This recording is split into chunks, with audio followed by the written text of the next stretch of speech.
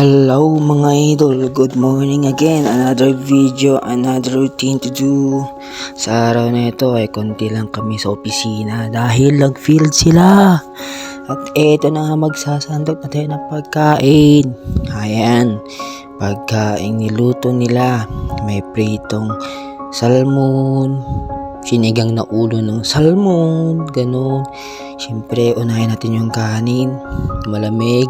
At isunod natin yung sobrang init na kanin din para balanse lang yung init ng pagkain natin mga guys. Tapos yun, takyan natin. Kuha tayo ng isang pirasong salmon. Oops, tinusok ko. Hindi pa siya nagpatusok guys. Kaya pinulot ko na lang kami ko. At konting gulay para alam mo na healthy, di ba? Tapos yun na nga, tuloy-tuloy na tayo. Tapos yun, pagkas kumain, trabaho again, nagugas tayo ng mug. Ayun, hugas-hugas tayo habang walang ginagawa. Hugas-hugas tayo. Tapos yun, ilang minuto lang, tapos na agad. Kinuha ko na yung mug na hinugasan, itilalagay sa labas.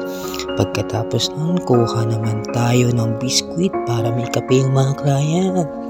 And then, pagkatapos nun, paperworks naman tayo guys. Kaya ganun talaga ang buhay.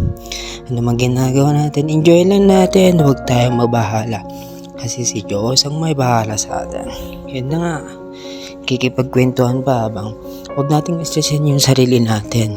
Darating yung time na magiging successful tayo sa buhay. Kaya kung ikaw at sa'yo, huwag kang mag-apura sa buhay mo. Enjoyin mo lang lahat ng bagay na dumarating sa buhay mo.